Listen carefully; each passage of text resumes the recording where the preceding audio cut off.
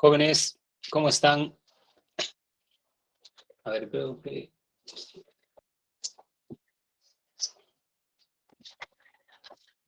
Última clase. Siempre en las últimas clases me acuerdo la frase de Mefistófeles.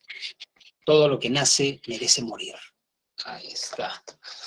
A ver, ustedes son el aula 32. Clases, semanas. Buenas tardes, Gianmarco. Muy bien. Jóvenes 32.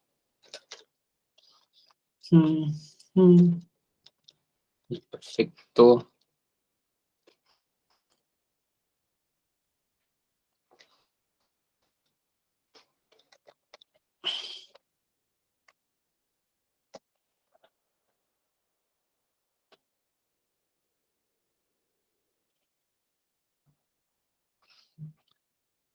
Muy bien, jóvenes. Buenas tardes, Jordan, Fabiana, Gianmarco, Brian. Muy bien, jóvenes. A ver.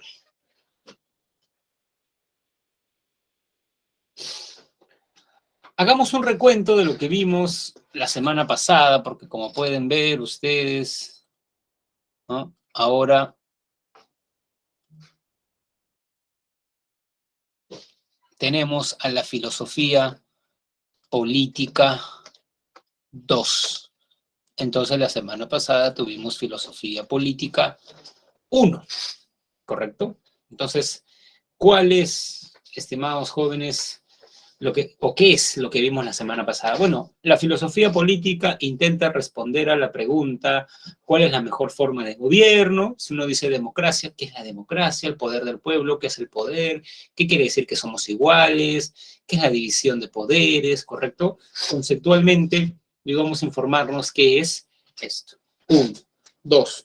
Lo que vimos fue una suerte de camino histórico y vimos, digamos, lo que cada pensador decía sobre la filosofía política. Vimos que Platón divide la sociedad en 3 segmentos: el pueblo que debe producir, los guardianes que deben defender a la sociedad y el filósofo que debe gobernar. Claro, eso lo dice en su primera etapa, ¿correcto? En su primera etapa Platón dice eso. ¿Estamos? Pero ya en las leyes, Platón dice que no debe recaer el gobierno en una persona, sino en las leyes. ¿Correcto? Por eso su libro se llama La República. ¿Estamos? Muy bien. Luego también, estimados jóvenes, nosotros vimos a Aristóteles y cómo Aristóteles habla del hombre como un animal político. Recordamos la diferencia entre político y público, y político o público y privado. Privado los problemas que yo tengo, ¿correcto? ¿No? Personales. Pero público es Pedro Castillo, en realidad, digamos, habrá cometido actos de corrupción, ¿no? Está bien que el Jurado Nacional de Elecciones no haya separado a Acuña para gobernador, a pesar de los audios. Esas son preguntas que nos interesan a todos, ¿correcto? Entonces, debemos ponernos de acuerdo sobre las normas de convivencia y la sociedad en la que queremos vivir, ¿no? Esa también es una de las ideas de Aristóteles. Ahora, el fin del Estado para Aristóteles es la felicidad. A diferencia de Hobbes y Locke, que creían que el Estado debía salvaguardar los derechos individuales, nuestras libertades, integridad física. Hay una idea distinta. Porque es filosofía, entonces es crítica, problemática y más. Luego vimos que Maquiavelo no es tan Maquiavelo, o no es tan maquiavélico como se cree, perdón, ¿no? Porque esta frase del fin justifica los medios, sí, pues, ¿no? Él la dice, pero ojo con eso, Maquiavelo dice que cuando hay mucha crisis debemos hacer eso, pero cuando no hay crisis, es la república la mejor forma de gobierno. Entonces tenemos que impedir la tiranía, participación ciudadana y más. ¿Qué filósofo decía, estimados jóvenes, que el hombre tenía tendencia al egoísmo, que era el lobo del propio hombre?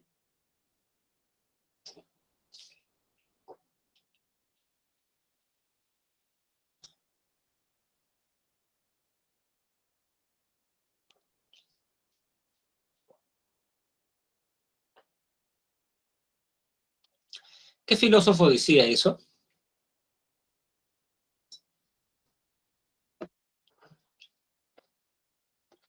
Nadie responde. ¿Qué estarán haciendo mis alumnitos ahora?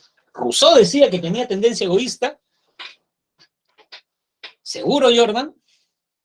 Creo que es la primera vez que no da con la respuesta, porque yo que recuerdo de ese salón, usted siempre ha...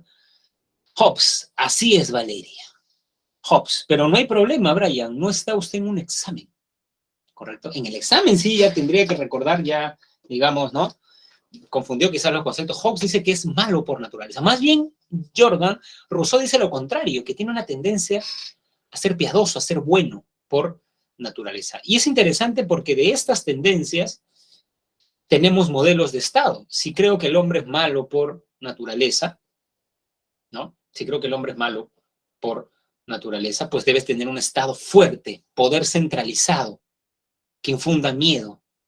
Si violentas la propiedad privada, cárcel, penas de muerte, porque el hombre es malo, va a querer seguir siendo egoísta en la sociedad, pero no lo va a hacer no porque es bueno, sino por miedo al castigo, ¿correcto? Por eso Hobbes dice, detrás de la ley está la espada, para que se cumpla la ley, ¿correcto? Muy bien. Luego vimos que Locke no está de acuerdo con Hobbes porque el Estado no debe estar concentrado en unas manos, sino debe haber, el pueblo debe participar del poder como mediante el parlamento, ¿correcto? Y otra diferencia es que Locke considera que los derechos no los crea el Estado, son derechos naturales. ¿Estamos? Muy bien, muy bien. Segundo punto, ¿no?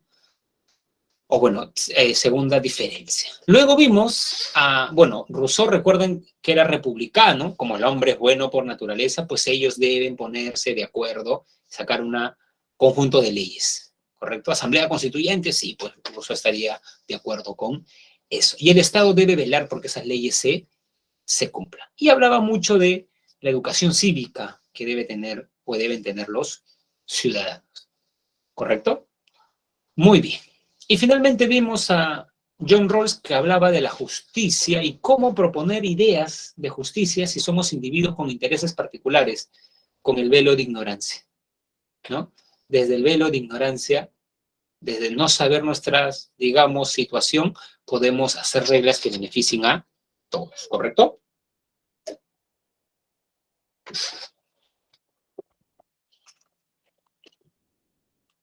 Muy bien. Y análogamente a cómo, digamos, o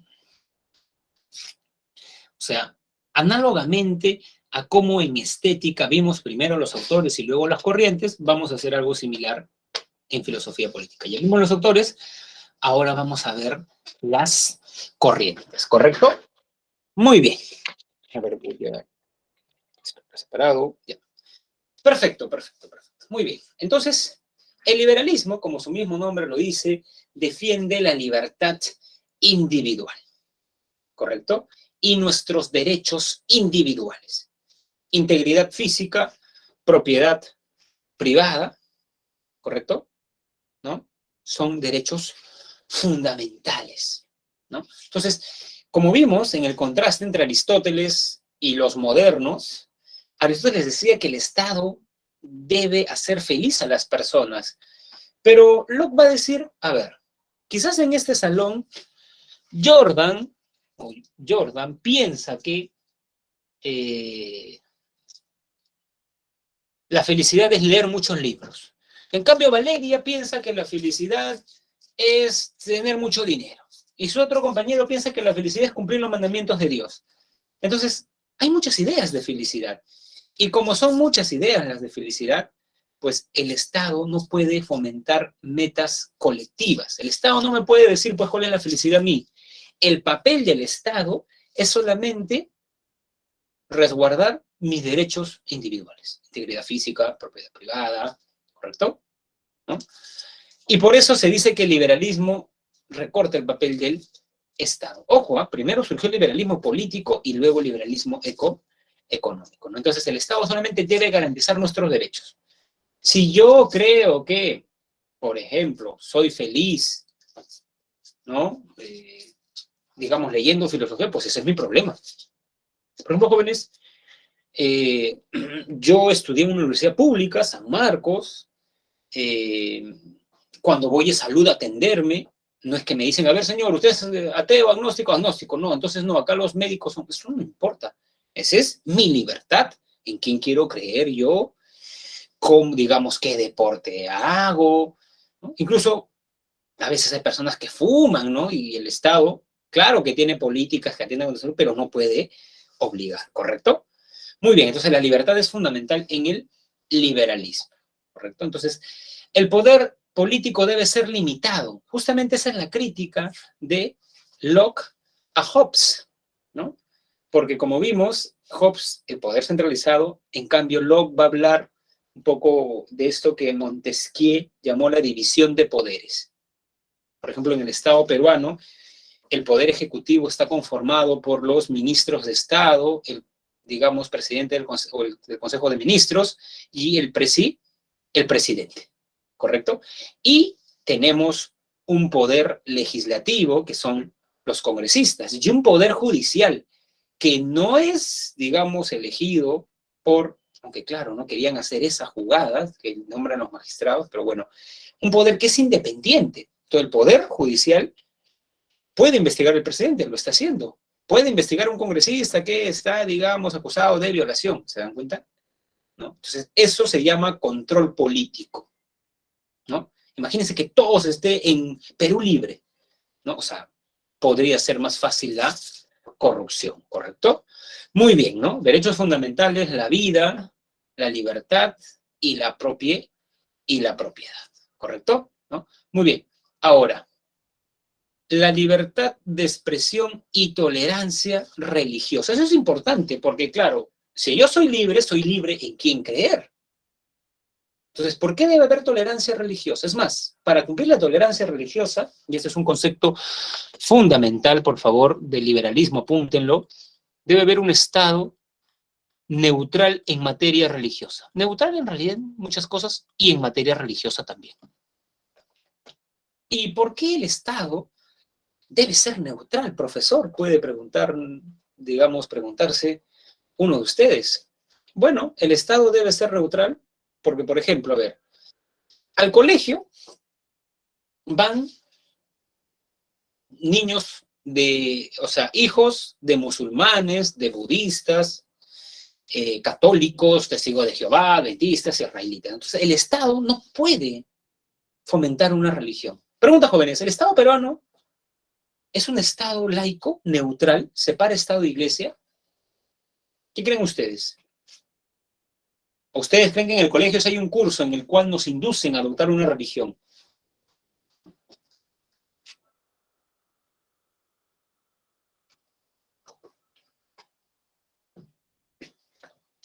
En la Constitución Valeria, el Estado establece una diferencia entre Estado e Iglesia. Supuestamente es laico. Pero también hay un famoso artículo 50 en el que el Estado reconoce el aporte de la Iglesia Católica al proceso de independencia, más que el proceso de independencia, a la constitución de la identidad nacional.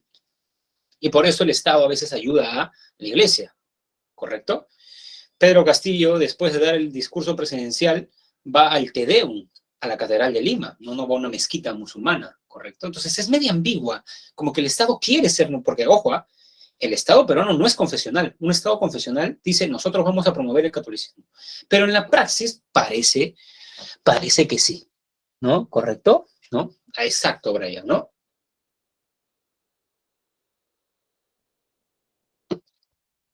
Les cuento una anécdota que ocurrió en San Marcos.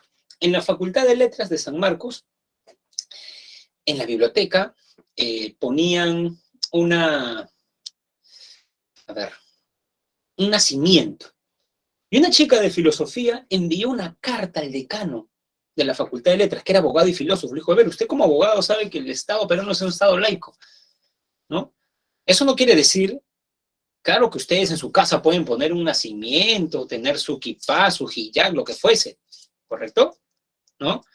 Pero en un espacio público no. Pero eso, como dice Brian, eso se violenta en el Perú. Pues yo he entrado, por ejemplo, a un salud acá en la avenida Grau y hay una capilla, ¿no? Hay una capilla, ¿no? Hay crucifijos cuando van a pegar a alguien. Hay crucifijos, ¿correcto? ¿No? Por ejemplo, un modelo de Estado neutral, Francia. Hace poco un alumno, porque hay una universidad donde ya estoy dando presencialmente, un alumno me dijo que estudiaba en un colegio franco-peruano, y me dijo, profesor, ¿es cierto lo que usted dice? Porque yo tenía una amiga musulmana, y ella no podía ir con el hijab, ¿no? Si es judío no puede ir con la kipa, si es católico no puede llevar, pues, la estrella de David, o digamos, el crucifijo, ¿correcto? Ese es un Estado, por ejemplo, el Estado francés es laico, neutral, uno no puede llevar un signo ostentoso, según la ley de Stacy, año 2005, ¿correcto? ¿No? Muy bien, entonces, eso es el liberalismo, ¿correcto?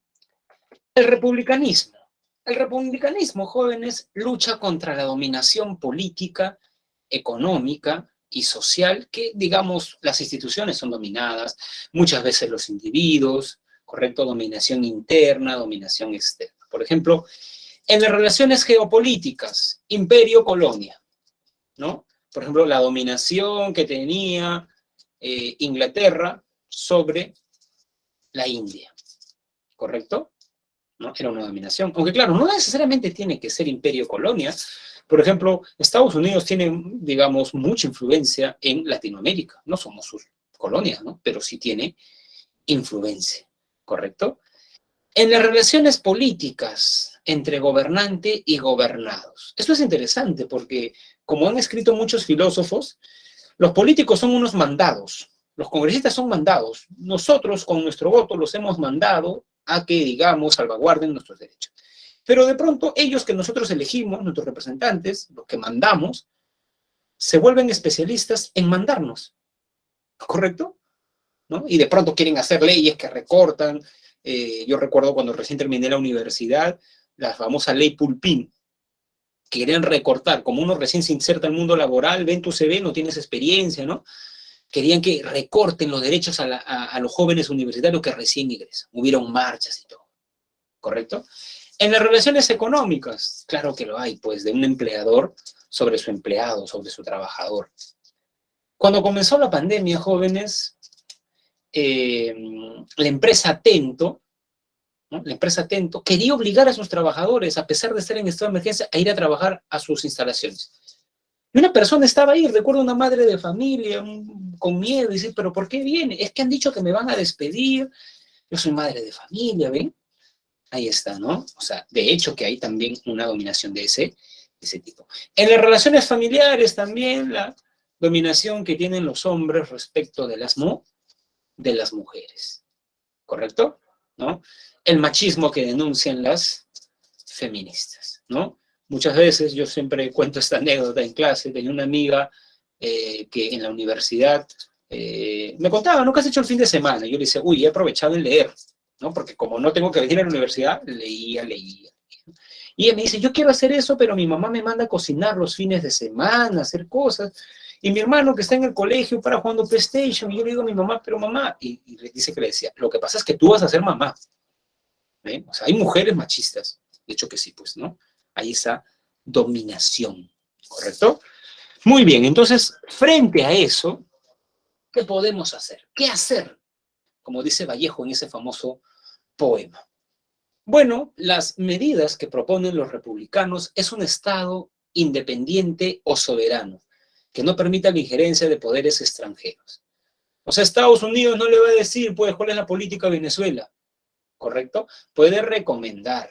¿Acaso cuando Venezuela le dijo a Estados Unidos que no invadiera Irak, ¿le hizo caso? No, pues cuando ha querido invadir, cuando se salió del protocolo de Kioto y más, ellos sí no hacen caso, ¿no? Pero claro, ellos sí quieren, digamos, influenciar, no, pues un Estado independiente. Esto es difícil, ¿ah? en un contexto globalizado, con organismos como el Fondo Monetario, el Banco Mundial, ¿no? Pactos que hay como la Comunidad Andina de Naciones, ¿no? Digamos, tratados de... es difícil, ¿no? Un gobierno en donde la Constitución y las leyes se encuentren por encima de cualquier poder particular, ¿no? Un gobierno donde la Constitución y las leyes se encuentren por encima de cualquier poder particular. O sea, claro, ahora, esto siempre y cuando la Constitución y las leyes sean expresión, ¿no? De los ciudadanos. Claro, porque si viene un presidente, cierra el Congreso, ya saben a quién me refiero, impone una constitución y luego dice, no hay que cumplir la constitución, no, pues hay que cumplir la constitución cuando la constitución es expresión de la ciudadanía, ¿correcto? ¿No? Muy bien. Y tres, la participación activa de todos los ciudadanos. Jóvenes, la historia da ciertas lecciones, ¿correcto? ¿No? La historia nos da ciertas lecciones, ¿no? Y una lección que nos da la historia de las democracias es que tiene que haber una ciudadanía vigilante, ¿no? Esto es difícil porque en la actualidad, por ejemplo, muchos peruanos piensan que la democracia es votar cada 4 años para elegir un presidente o para elegir, digamos, alcaldes. No, pues tenemos que vigilar. A ver, yo elegí a esta congresista para que promueva el debate, digamos, contra la minería ilegal. Lo promueve, ¿qué está haciendo? A ver, veo su historial, a ver, no hace, es más, hubo una comisión y votó a favor de la minería, o sea, no dijo nada, o sea, entonces se organizan marchas y más, ¿correcto? O sea, una participación activa, porque así como recordamos nuestros derechos, también tenemos deberes frente al bien común. Eso es interesante, jóvenes, porque los republicanos también señalan que muchas veces los ciudadanos creemos que la corrupción está enquistada en la clase política, es decir, cuando yo les digo corrupción, ustedes piensan en el Congreso, en el Palacio de Gobierno, en los municipios, pero ¿acaso, me pregunto, pensando en voz alta, acaso, estimados jóvenes, un ciudadano que coimea a un policía no es un corrupto? Un alumno que intenta plagiar en un examen no es un corrupto. Una persona que copia una tesis no es un corrupto, ¿no? ¿Correcto? ¿No? Y muchas veces nosotros vemos corrupción, evadimos impuestos, ¿no? Estamos ahí con ese familiar que quiere coimear al policía y no nos indignamos, ¿no? Entonces, cuidado, ¿no? La corrupción parece que es algo que está, ¿no? Desde las apafas en los colegios, muchas veces en los centros federados en la universidad, que los rectores compran votos, ¿se dan cuenta? ¿No? Pero como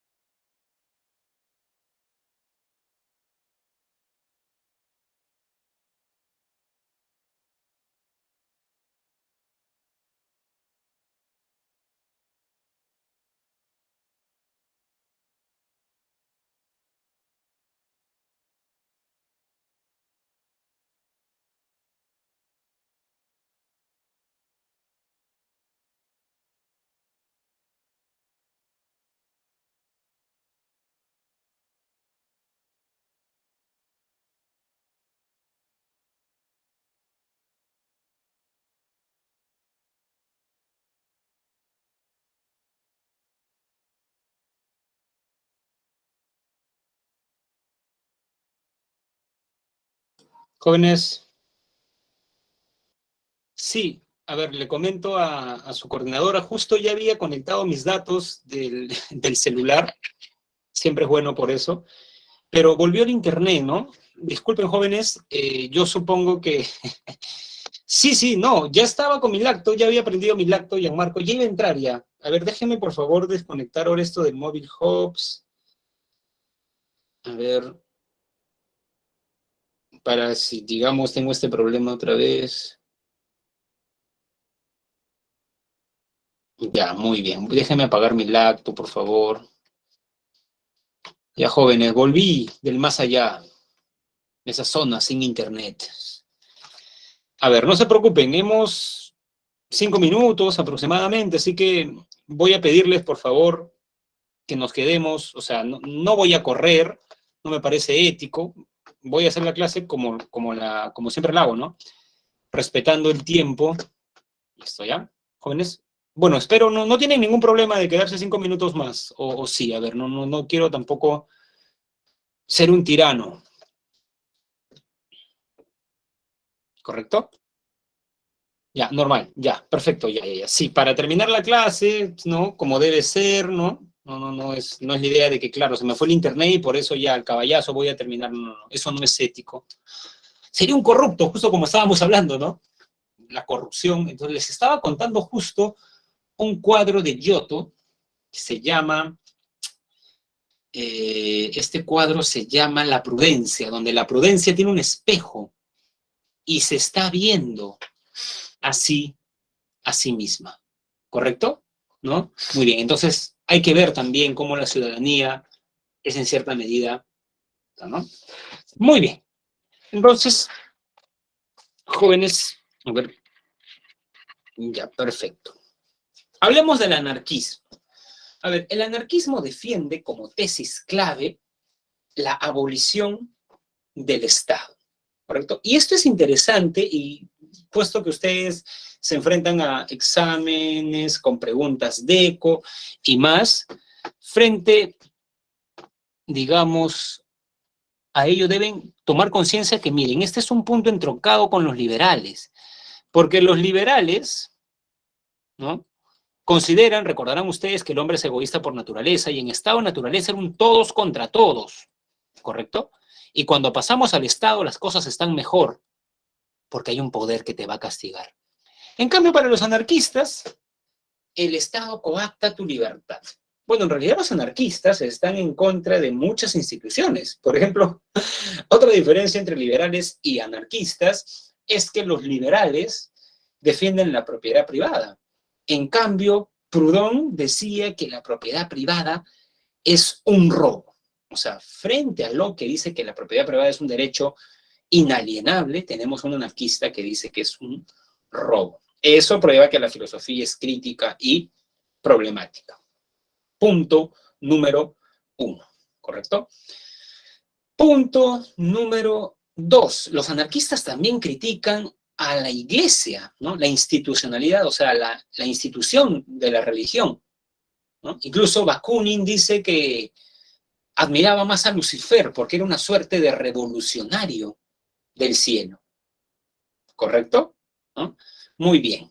Luego, estimados jóvenes, también, ¿no? Nosotros, bueno, los anarquistas, ¿no? Hablaban justamente de un nosotros y decían que el hombre en realidad está tendido a la empatía, a la solidaridad. En cambio, la forma de producción capitalista nos hacía egoístas, competitivos y más, un poco yendo en contra de esta naturaleza. Incluso el último, Kropotkin, creía, un poco distanciándose de Darwin, que las especies evolucionaban por cooperación, ¿correcto? ¿No? Algo importante del anarquismo, digamos, de la historia del anarquismo, es que era un movimiento con mucho impacto a finales del siglo XIX, incluso hasta comienzos del XX. Lo que pasa es que luego ya las cosas se fueron ordenando como que a fascismo y socialismo, ¿no? O comunismo, ¿correcto? Entonces eso hizo que los anarquistas ya, digamos, queden un poco relegados. Muy bien. Ahora continuamos con el comunismo. El comunismo en el periodo de la segunda vuelta peruana entre Pedro Castillo y Keiko Fujimori, era casi un insulto, ¿correcto? Era casi un insulto decir a alguien que era comunista. Entonces, ¿qué es una persona comunista? ¿No? Bueno, el comunismo tiene su origen, como comienza en esta lámina, en Marx, Engels y Lenin. Una sociedad sin Estado, sin propiedad privada y sin clases sociales. ¿Por qué sin propiedad privada? Marx sigue a Rousseau. Todo andaba bien en la sociedad hasta que a alguien se le ocurrió decir, esto es mío. Cuando alguien dice esto es mío, crea la propiedad privada. Ipso facto las clases sociales. En el esclavismo, amo, esclavo. En el feudalismo, señor feudal y siervo. ¿Correcto? Y en el capitalismo tenemos a el señor burgués y el proletario. ¿Correcto? Quien tiene los medios sociales de producción y quien no los tiene. El proletario le da algo al burgués, su fuerza de trabajo. Por teoría de la circulación económica, el burgués le da un salario. El detalle es que en ese salario no le reconoce todo. Los marxistas hacen una diferencia clave entre tiempo necesario y tiempo excedente. Si yo trabajo siendo costurero en Gamarra, gano 50 soles. Y hago 2 camisas en mis primeras 6 horas. 25 soles, me pagan 50 soles. Pero en las otras 6 horas, hago otras 2 camisas y esas no van para mí, sino para, digamos, el burgués. Y eso hace que él acumule riqueza. Claro, alguien podría decir, basado en la teoría clásica, ¿no? En la teoría liberal económica, profesor, pero es que el burgués, corre con los costos de producción, ¿no? ¿Qué quiere decir que corre con los costos de producción? Que, digamos, alquila el local, paga los servicios, paga a los trabajadores, compra los insumos y más. Marx dice, quitando todo eso, hay una ganancia. Por eso el problema con el capitalismo es que distancia las clases sociales. ¿Correcto? ¿No? Hace que se distancien las clases sociales.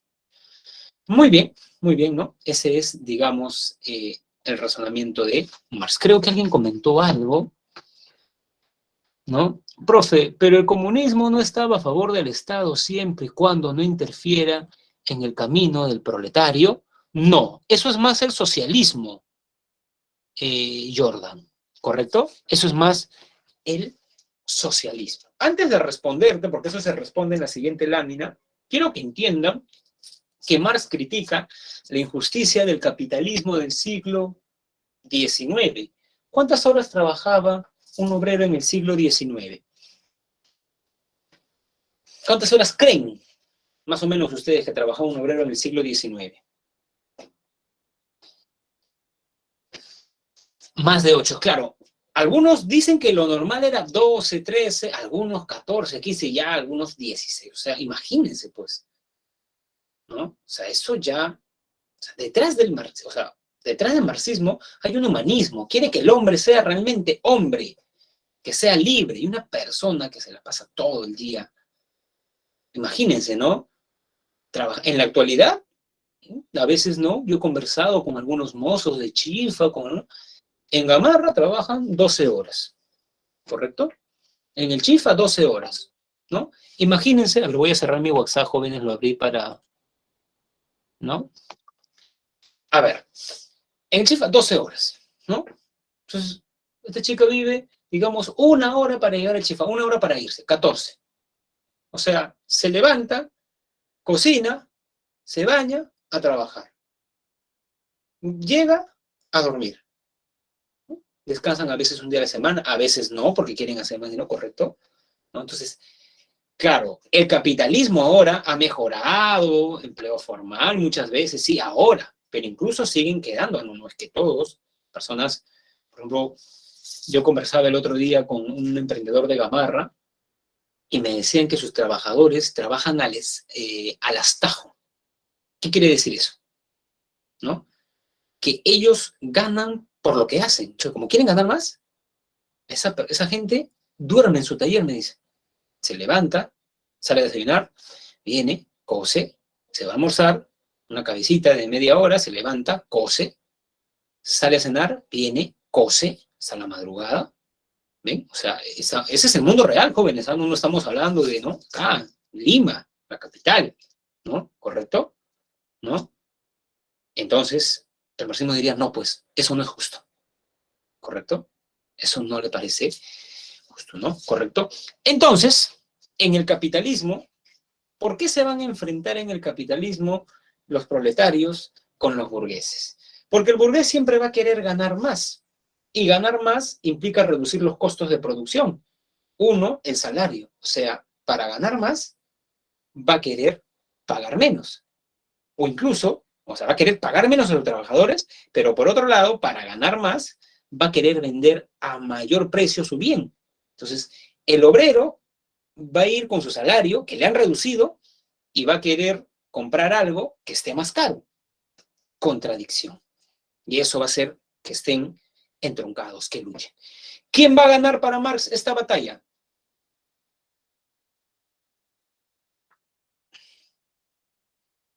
Para Marx, digo.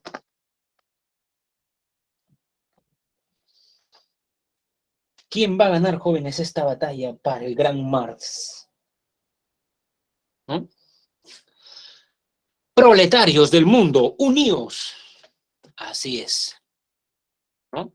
Entonces Marx creía, a ver, si hablamos de Marx creía que luego del capitalismo venía el comunismo. Lo que pasa es que Marx era un intelectual, lector de economía clásica, filosofía, periodista. Marx no hizo la revolución, quien sí la hizo fue Lenin. Y Lenin, estando ya, pues, digamos, en la cancha, ¿no? Se dio cuenta que no, pues, no puedes pasar de un golpe del capitalismo al comunismo. Y Lenin agregó a esta filosofía de la historia de Marx, porque si ustedes leen el manifiesto comunista, es el manifiesto comunista, no es el manifiesto socialista. Lenin se dio cuenta que tiene que haber una etapa intermedia. Y esa etapa es el socialismo. ¿Correcto? Entonces le preguntan alguna vez, el socialismo es la etapa intermedia entre el capitalismo y el comunismo. ¿No? Primero, el proletario va a tomar el poder por medios, digamos, por medios violentos. Jóvenes, ¿cómo llegó Lenin, o sea, al poder? ¿Postuló, fundó un partido o hizo una revolución sangrienta además? ¿No? La revolución de octubre, los bolcheviques, ¿no? Mao Zedong, lo mismo, revolución, ¿correcto? ¿No? Entonces, tomará el poder por medios violentos, instaurando una dictadura del proletariado. En el capitalismo, quien asigna la riqueza, en el capitalismo, estimados jóvenes, es el mercado, de acuerdo a la oferta y a la demanda. En cambio, en el comunismo, en el socialismo será el Estado. He ahí la confusión que tú me comentabas, Jordán. Profesor, en el comunismo no estaba a favor del Estado, el socialismo a favor del Estado, ¿correcto? Porque el Estado va a asignar de manera más justa la riqueza, a cada uno según su aporte, ¿correcto? ¿No? Y es en esta fase transitoria donde se generan las condiciones para una sociedad comunista. ¿Qué es una sociedad comunista? No hay propiedad privada, por ende no hay clases sociales y por ende no hay dominación del hombre por el hombre, ¿correcto? Será posible el desarrollo pleno de los individuos. Imagínense, jóvenes, se trabajarían 6 horas las personas, ¿no? Tiempo para lo que ustedes quieran. Profesor, yo quiero llevar clases de piano, pues lo hacen. Quiero leer más literatura, pues lo hacen. Más series, está bien, ¿correcto? Por eso es lo que creo que no se ve mucho en el marxismo, que detrás hay un humanismo. Miren, una cita, ¿no? A Ribeiro le hizo una entrevista a César Calvo y le dijo, tú eres reaccionario, estabas en contra del cambio social. Y él dice, sí, en mi conversación de la universidad era retrógrada. Incluso creía que el indio era un ser inferior. Pero viajando a Madrid y a Francia, dice Ribeiro, trabajé en oficios penosos, obrero, portero, y trabajaba, dicen, ¿no? Eso se debió al hecho de que tuve que trabajar en oficios penosos. Fui obrero en una estación de ferrocarril, portero en un hotel sórdido. Comprendí la vida durísima del que tiene que trabajar 8 o 10 horas diarias, usando sus brazos, su fuerza física. Y después no le queda tampoco ni curiosidad para leer, ni educarse, ni para ir a un espectáculo. Y lo único que provoca es quedarse a dormir. Y miren esta última frase, ¿ah? Me di cuenta de que una situación despiadada y sin salida, que los trabajadores de nuestro mundo llamado libre están como exonerados del porvenir y que eso se debería cambiar radicalmente, ¿no? Si lee esto, el diario Comercio va a decir, Ribeiro comunista, ¿no? Primera plana mañana. Sí, pues es injusto, ¿no? Es injusto. Y decir eso no es ser comunista, ¿no? Digamos, ¿no? Es ser empático, ¿no? Claro que yo tampoco nunca he trabajado, pues, digamos, ¿no? O sea, bueno, cuando estaba en la universidad sí, algunos oficios, no los llamo penosos, pero, digamos, ¿no? Entonces, bien jóvenes, ¿no? O sea, muchas personas dicen que Marx es un buen médico, detecta la enfermedad del capitalismo, pero no receta bien. Ya su receta de tomar el poder, ya eso sí, ya la gente se distancia. Pero como médico, digamos, detecta muy bien las contradicciones del capitalismo, jóvenes. ¿Ah? Muy bien. Comunitarismo. A ver, el comunitarismo, jóvenes, reacciona contra la antropología liberal. En el liberalismo, en el estado de naturaleza, tenemos hombres, ojo, hombres, o sea, hombres anterior al Estado y hombres que conforman el Estado para que el Estado resguarde sus intereses individuales, sus libertades individuales. O sea, el Estado es instrumental. El fin es el individuo. Pero Taylor detecta en esto, y McIntyre, que hay un sujeto, un self-made self, ¿no? Taylor escribe en inglés, aunque también en francés, porque él es de Montreal, ¿no? De Quebec. Entonces, un individuo que se hace a sí mismo. Y Taylor dice que esto es una ficción, porque en el individuo hay mucho de sociedad, ¿correcto? ¿No? En el individuo, jóvenes, es cierto, hay mucho de sociedad, mucho de comunidad. Por ejemplo, nosotros, los liberales hacen mucho hincapié en la libertad del ser humano. Pero, por ejemplo, estimados jóvenes, nosotros no elegimos la cultura peruana, no elegimos el castellano, no elegimos ir a un colegio parroquial. Es más, esto lo saben bien, muy, muy bien los antropólogos. Cuando te enseñan un lenguaje, te enseñan una cultura, te enseñan a ver el mundo de una determinada forma, ¿correcto?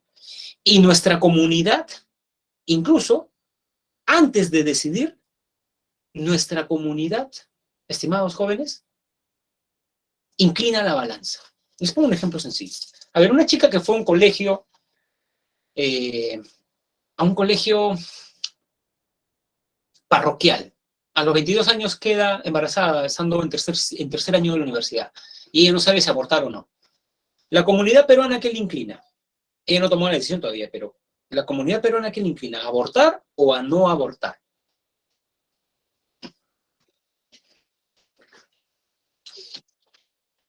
A no abortar, ¿ven? Y por eso digo, la inclina, porque Taylor dice que con todo seguimos siendo libres, ¿correcto? Seguimos siendo libres para elegir, pero la comunidad inclina, ¿no? Inclina, ¿correcto? Muy bien, ¿no? Digamos, por eso, dice en el siguiente recuadro, McIntyre y Taylor hacen especial énfasis en la importancia de una concepción compartida entre los miembros de una colectividad. Por ejemplo, McIntyre, entre la virtud, dice la moral es la moral de un pueblo. ¿No? No es que el individuo es libre, no la moral. El hecho de la monogamia no es que nosotros nos hayamos puesto a pensar. La sociedad peruana nos ha enseñado la monogamia, porque en otras culturas no es así, ¿correcto? Ahora, esta idea la sacan uno, la extrae Taylor de Isaiah Berlin en un libro que se llama Dos ideas sobre la libertad, ¿no? Esta idea de la libertad negativa, alguien es libre cuando no interfieren conmigo. Hay jóvenes que dicen, ya me quiero ir de mi casa porque mi papá no quiere que salga de noche, ha quitado mi cuadro de Nietzsche de la pared. Entonces, estimados jóvenes, digamos, quien dice eso es como que quiero ser libre si no hay interferencia. Pero Taylor dice que hay otra forma de entender la libertad. Somos libres cuando nos realizamos dentro de una determinada comunidad y decidimos nuestro modo de vida dentro de sus parámetros. ¿no? La libertad como autorrealización depende de la comunidad. Ejemplo, jóvenes, la comunidad peruana, ¿no? Considera que una mujer autorrealizada es una chica que es doctora en antropología, se fue a estudiar antropología a Francia, vino, pero no es casada ni tiene hijos, o una mujer que hizo su carrera acá, pero está casada y tiene hijos. ¿Cuál de las dos es autorrealizada para la comunidad peruana?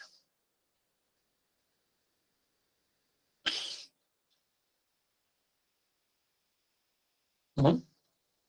Más la segunda, ¿correcto? Más la segunda. Entonces, ¿ven? ¿No? Entonces, o sea, hay que criticar un poco esa idea de la libertad, ¿no? Del liberalismo, ¿no? Muy bien, y llegamos ahora, bueno, me faltó este último punto, por ello el comunitarismo suele ser asociado al multiculturalismo, pues, ¿no? La diversidad cultural, hay muchas demandas culturales, el Perú, por ejemplo, tiene un modelo de autorrealización en Lima, pero, por ejemplo, en la selva es otro modelo, porque es otra comunidad, porque el Perú es un país multicultural, con comunidades, y ahí comienzan a haber fricciones y los conflictos interculturales que vamos a ver qué es lo que... La globalización, que es esta mundialización de ciertas empresas y más, la mundialización del estilo de vida norteamericano, que ustedes han visto en economía, creo, tiene impactos en la esfera económica. Por ejemplo, le da mucho protagonismo a ciertos organismos financieros internacionales, Fondo Monetario Internacional, Banco Mundial, ¿correcto? Y ellos definitivamente tienen, jóvenes, una influencia en los estados nacionales, ¿no?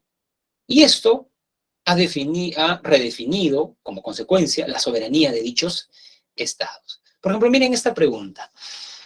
¿Cómo lograr que la necesidad de estrechar cada vez más vínculos internacionales no produzca que agentes externos afecten los procesos democráticos dentro de las naciones? A ver, ejemplo de la historia del Perú. Alan García, si mal no recuerdo, mis clases de historia en la pre, destinó solamente el 10% del PBI a pagar la deuda externa. Eso generó un resentimiento de la, digamos, el Banco Mundial, el Fondo Monetario Internacional, la Comuna de París, ¿no? Y cuando Fujimori, entonces, no le pusieron la cruz al Perú. Cuando Fujimori entra al poder y quiere reactivar la economía, pide un préstamo a estos organismos le dicen, ya, te voy a facilitar el dinero. Pero cumple este conjunto de recetas, ¿no? Y en esas recetas había que despedir el 30% del trabajador del sector público, lo que generó la informalidad. Hernando de Soto lo demuestra muy bien en el otro sendero. ¿Se dan cuenta? ¿No? Entonces esos agentes pueden tomar porque están costando dinero, ¿no? ¿De qué forma se puede garantizar que la globalización produzca consecuencias beneficiosas para el nivel de vida de ciudadanos pertenecientes a las naciones en vías de desarrollo? Claro, un TLC entre Perú y Estados Unidos va a favorecerle definitivamente más a los Estados Unidos, ¿correcto? Muy bien. En la esfera cultural, estimados jóvenes, ¿no? Las relaciones entre distintas formas de vida y de comprender el mundo plantean algunas preguntas. ¿Existen sistemas de valores que puedan ser válidos para toda la humanidad? Por ejemplo, la democracia. Un amigo antropólogo me comentaba que había una comunidad cultural en la selva donde no eran democráticos. Quienes tomaban las decisiones eran los más ancianos, ¿correcto? ¿No? Entonces, ¿habría que universalizar esto de la democracia? Es una buena pregunta. ¿Basta con que toleremos las diferencias o hay que reconocerlas? A ver, la diferencia entre tolerancia y reconocimiento es que la tolerancia es tolerar algo como que de mala gana. Como que yo soy un católico que creo que un varón y una mujer se pueden amar y, digamos, veo una pareja de homosexuales de la mano y los tolero, pero de mala gana. El reconocimiento supone aceptar que hay muchas formas de vida. Claro, a mí me gustan las mujeres, pero es una forma de vivir la vida amorosa, pero no es la única. Entonces, implica aceptar otras formas de vida. Pero, eso nos lleva a un problema muy acuciante. Pero hay comunidades que exigen reconocimiento de prácticas muy problemáticas. Por ejemplo, en el África, ¿no? Les cortan el clítoris a las niñas, la ablación femenina del clítoris. ¿Ustedes creen que debemos reconocer eso, aceptar en una sociedad democrática, jóvenes? No, dicen, ¿no? ¿Bien? Por ejemplo, o en la India se permite, o sea, que un varón se case con más de una mujer, pero siempre tiene una mujer que es la que más quiere. Cuando este varón muere, lo queman en una pira funeraria, o sea, lo queman. Y hay una tradición que dice que la mujer debe saltar, la más querida, y morir quemada con su esposo, ¿correcto? Porque con ello prueba el amor incondicional, ¿no? El amor incondicional, ¿correcto? ¿No? ¿Ustedes creen que eso se debe dar? A ver, las señoritas del salón, ¿creen que debemos reconocer eso? Porque esa comunidad dice, sí, para nosotros es valioso, porque la mujer prueba el amor. Tampoco. Entonces, este tema es muy, muy tocado, ¿ah? Yo por eso, jóvenes, hice mi tesis sobre esta pregunta, ¿no? ¿Qué debe ser reconocido y no en una sociedad? Y me basé en Charles Taylor, ¿no? Entonces, bueno, al final de clase les puedo dejar el link de mi sustentación de tesis, de mi tesis de maestría, ¿no? Para que, digamos, puedan enterarse más sobre esto y también sobre Taylor, ¿no? Que lo hemos visto hoy día, ¿no? Muy bien. Democracia, ciudadanía y sociedad civil. En sociedades de consumo, jóvenes, ¿no? Bueno, a ver, habría que partir sobre el siguiente hecho. Los griegos, por ejemplo, jóvenes, los griegos creían que, o sea, para un griego uno se realizaba en el ágora, en la vida pública. La vida privada era para los esclavos y las mujeres. En cambio, en la sociedad actual, la vida privada es muy fuerte. Queremos ser profesionales, tener relaciones amorosas hondas, ser buenos padres. Entonces, en la actualidad ya no nos preocupamos tanto en la vida pública, en la vida política. Nos interesa más nuestra vida privada. Por eso se dice acá que, digamos, ¿no? Hay ciudadanos individualistas que están pensando en ellos, en el bien de los suyos, que buscan placer, y eso ha llevado a cierta despolitización de los individuos. Ojo, este no es un fenómeno peruano, este es un fenómeno mundial, ¿correcto? Fenómeno mundial. En los Estados Unidos, en Francia, ¿correcto? Entonces, en este contexto, jóvenes, surge una pregunta muy pertinente, ¿no? ¿Tiene sentido insistir en la participación de los individuos como ciudadanos en los asuntos públicos? Y recuerden que en filosofía, si bien las preguntas son recurrentes, las respuestas son disímiles. Entonces tenemos respuestas que dicen que la figura del ciudadano es anacrónica en las sociedades de consumo. O sea, lo que debe fomentar la sociedad actual son consumidores que trabajen, reproduzcan los patrones sociales, se compren un carro, viajen y trabajen para pagar eso y estén, ¿no? Eso es lo que necesita, ¿no? No ciudadanos, consumidores. Otros dicen, estimados jóvenes, que es necesaria la intervención activa en los asuntos públicos, ¿no? Correcto, de nuevo, una ciudadanía vigilante. Ahora, ¿cómo se interviene? A ver, les voy a proyectar un video para que vean, estimados jóvenes, cómo discutían los griegos. Ya, acá está.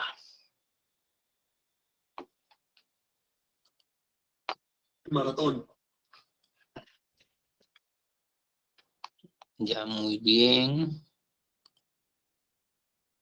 ¿No? Ya, muy bien. Ahí está. A ver, jóvenes. Miren qué tipo de democracia era la democracia griega.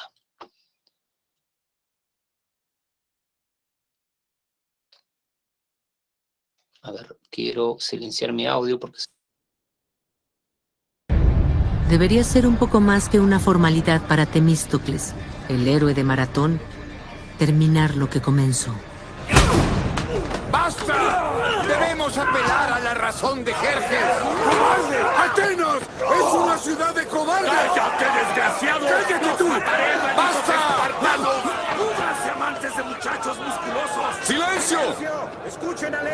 Esto es una democracia, no una pelea callejera. El ataque persa vendrá tanto del norte como del sur. Las ciudades-estado deberían negociar una tregua. ¡Sí, sí! ¡Debemos negociar! ¿Negociar con la tiranía?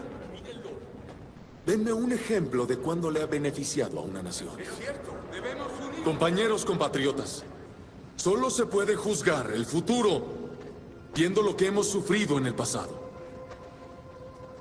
Y muchos de ustedes estuvieron conmigo en Maratón. Y para aquellos que sirvieron y enfrentaron la furia y ardor del combate, ya saben cómo se forja la paz.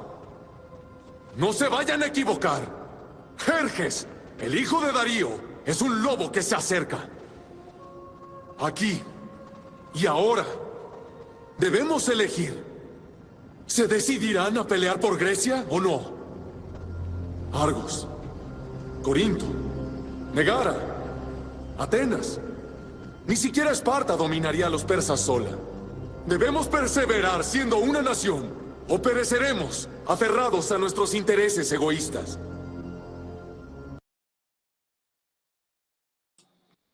Muy bien, jóvenes. Por ejemplo, esa es una democracia griega donde los ciudadanos participaban. Era una democracia directa. Todos iban. En la actualidad, jóvenes, no todos vamos. Nosotros elegimos representantes. Claro, si yo estoy a favor, digamos, de la eutanasia, pues voto por una candidata que va a llevar eso al pleno. Claro, yo no voy a estar en el pleno votando, pero yo he elegido un candidato de mi perfil, que sé que en ese tema va a elegir esa manera. ¿Correcto? ¿No? Entonces, claro, lo digo porque participación. ¿Qué tipo de participación? La única que nos queda es la representativa, lamentablemente, jóvenes, porque la directa, como dice Aristóteles, supone que una ciudad no tenga muchos individuos. Aristóteles decía que una ciudad no debía tener más de 10.000 habitantes. ¿Cómo juntas a 20 millones de peruanos para debatir sobre asuntos públicos?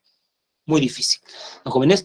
Por eso la participación ciudadana se da a través de sistemas políticos representativos, ¿no? Claro, habría que discutir eso, ¿no? Muy bien, jóvenes, muy bien, ¿no? Les voy a dejar, como les prometí,